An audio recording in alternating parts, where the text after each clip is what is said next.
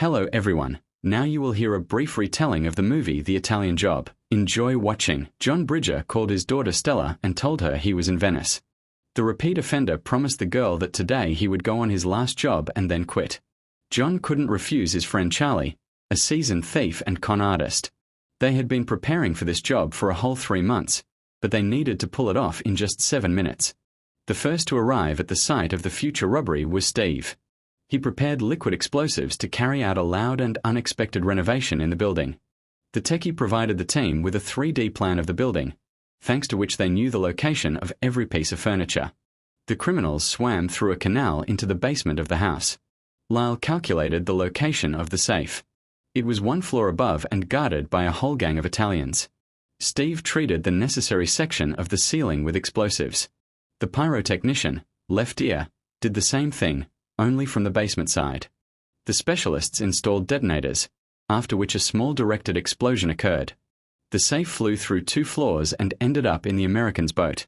Now the virtuoso driver, Handsome Rob, had to prove himself. Together with Lyle, he raced through the narrow canals of Venice. However, this was only a diversionary maneuver. The safe was still underwater beneath the building.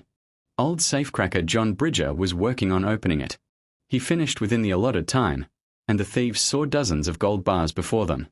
Now they needed to transfer them onto underwater scooters before the police arrived. The team managed and headed underwater to a safe place. Meanwhile, Handsome Rob shook off his tail and managed to join his comrades. The robbers celebrated the success of their grand heist in the Alps. Their haul was $35 million, and they didn't even have to pick up a weapon. Each gang member shared their plans for the gold. I think I want an Aston Martin Vanquish, like Bond's. I won't be able to fight off the chicks. Lyle will buy the most powerful stereo system. Left Ear dreams of a luxurious house where there will be a separate room for shoes. Steve behaved the most modestly.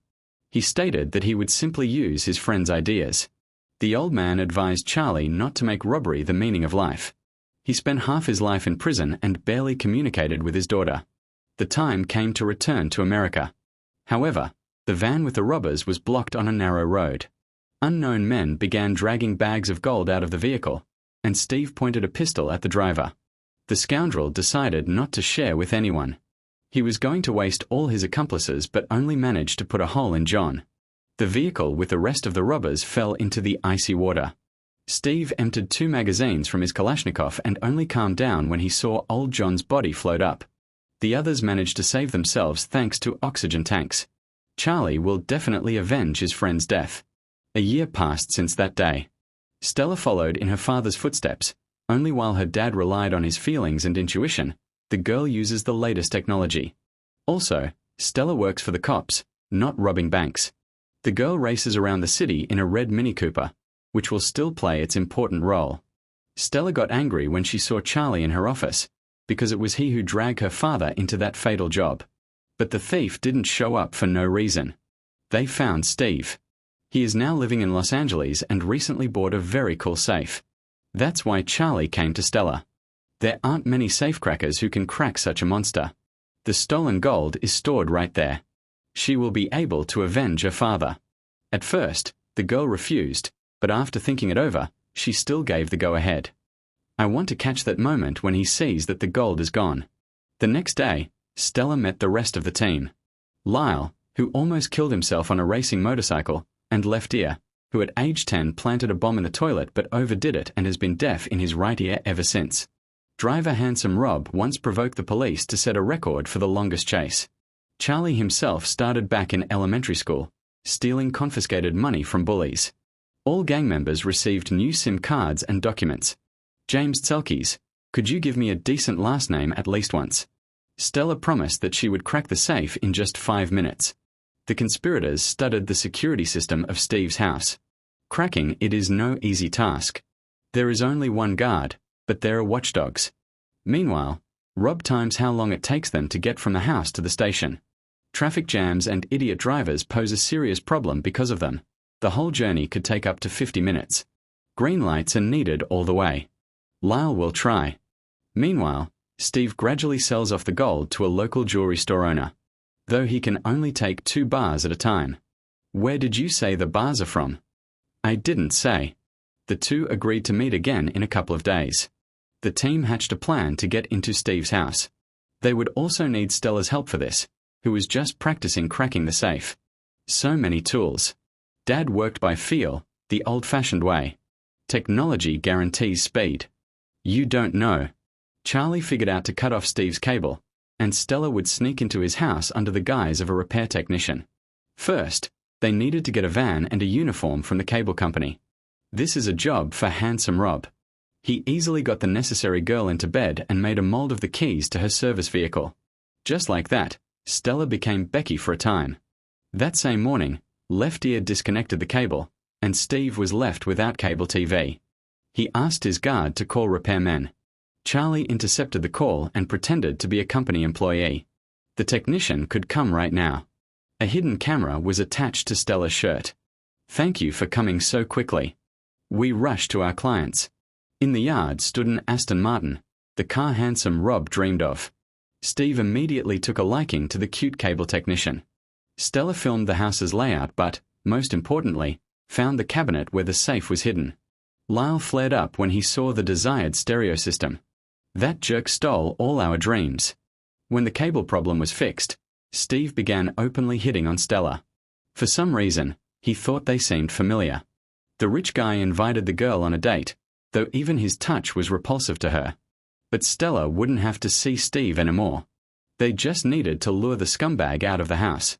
The safe was located quite far from the front door, but the corridors were wide enough for a Mini Cooper STI to drive through. They would blow up the walls, drive the car in, and take the gold out on it. They loaded the car with weight plates and did a test drive. The results satisfied everyone. They just needed to strengthen the suspension and get 2 more of the same cars. Schruss, the specialist in cars, would handle this. His task was to make sure the little cars could haul a ton of weight and also escape a chase if needed. Meanwhile, Lyle hacked the traffic control center. The hacker could change the signal on any traffic light whenever he felt like it. A small demonstration turned into a mass car accident. The lightened cars performed excellently. They became even more maneuverable. Steve again stopped by the middleman to drop off 2 more bars. The man accidentally let slip that he knew where this gold came from. He had heard about that robbery in Venice. Steve, without thinking long, wasted the witness without thinking to check the surveillance cameras. Besides, he had to hurry to his brother's place. The big shot Moshkov had arrived. Charlie visited his buddy Skinny Pete. He took Left Ear with him and asked him not to stare at this skinny guy. However, the pyrotechnician became confused and started acting very strangely. Nevertheless, Skinny Pete promised to hook them up with explosives, a couple of grenades, and a grenade launcher. Earlier, Skinny Pete, at Charlie's request, had been inquiring about those gold bars. Thanks to this, Moshkov tracked down the fat guy. The bandit pulled out a hatchet and asked who he was working for. The team planned everything and set off on the job. When Steve went into the city for a date, they arrived at his house. What the robbers couldn't foresee was that the neighbors would throw a party. Too many witnesses. Blowing up the walls in the house was no longer an option. Therefore, Stella would still have to go on the date with Steve. During the conversation, the girl gave herself away, uttering a rare saying of her father's, and Steve instantly saw through her. His name was John Bridger. He had a daughter your age. Let go of my hand. The rest of the gang appeared to cover Stella. Steve was sure these guys couldn't beat him. His security system was so perfect they'd break their teeth on it. You squandered your main trump card, the element of surprise. The robbers waited for the right moment for the hit, but Steve made the first move. He prepared to flee to Mexico City, ordered a helicopter and an armored truck. Well then, they would intercept the safe on the road, steer the armored truck to the right spot, and repeat their trick from Venice. At that moment, Skinny Pete called and told them about the mafioso who had come down on him. Moshkov believed it was Charlie who killed his brother. You can't go against nature, against your mother-in-law, and damn Ukrainians. Left Ear installed explosives on the ceiling of a tunnel. Right at this spot, the truck with the gold was supposed to stop above them. Afterwards, each gang member took their position. However, a surprise awaited them. 3 armored trucks, not one, arrived at Steve's house. They had to guess which one was transporting the gold. Lyle connected to the cameras at an intersection and checked the tires of each truck. On one vehicle, they were seriously sagging. That meant the safe was being transported by truck number 128. The next stage was also up to the hacker. He arranged one traffic jam after another on the road and directed the truck to the right spot. Steve guessed that Charlie had started his game. 3 Mini Coopers, at full speed, flew into the subway. They needed to jump into the tunnel before the train arrived at the station. They managed to do it at the very last moment, and Lyle immediately cut the electricity, blocking the tunnel entrance. The gang prepared to meet the guests from above. At the moment when the light turned red and the truck stopped, a powerful explosion sounded. The vehicle fell down from a 5-meter height, and the mechanic covered the hole with a billboard. The guards were put to sleep with gas, after which they broke into the armored vehicle. And here, the robbers faced the biggest problem. Steve had replaced the safe with an Israeli one with a glass blocker. If you overdo it with the drill, the safe will jam so that nothing more can be done. Stella couldn't work her usual method. They would have to remember how her father did it. Time was running out, and there was nowhere to retreat, so the girl pulled herself together and finally opened the safe. Gold bars began rolling down the belt into the cars. 208 pieces in total, meaning the haul was a whole $27 million. Once the gold was loaded, the bikers hired by Steve got on the gang's tail. They opened fire on the cars. Handsome Rob knocked down the first one, and the second was slammed by an opening door.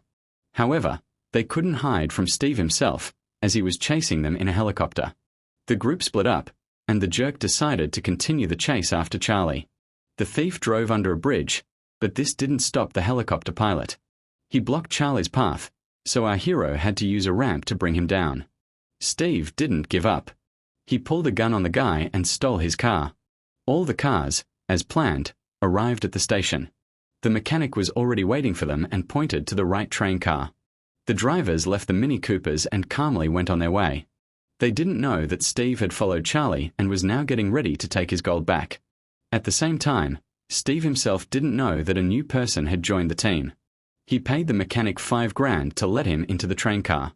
Charlie was already waiting for him there. "Keep talking. You've lost. Everything here is mine." Suddenly, a gun was put to Steve's head by the mafioso. "Who's this?" "I'm Moshkov. You killed my brother." Steve tried to buy Moshkov off, but Charlie had already made a deal with the bandit and paid him with gold. Stella finally punched this scoundrel with all her heart. Moshkov promised Steve he wouldn't shoot him, saying he had a lot of equipment at his junkyard and would stretch out the pleasure. Well, as for these wonderful robbers, con artists, demolition men, and car thieves, they would finally fulfill all their dreams. The end.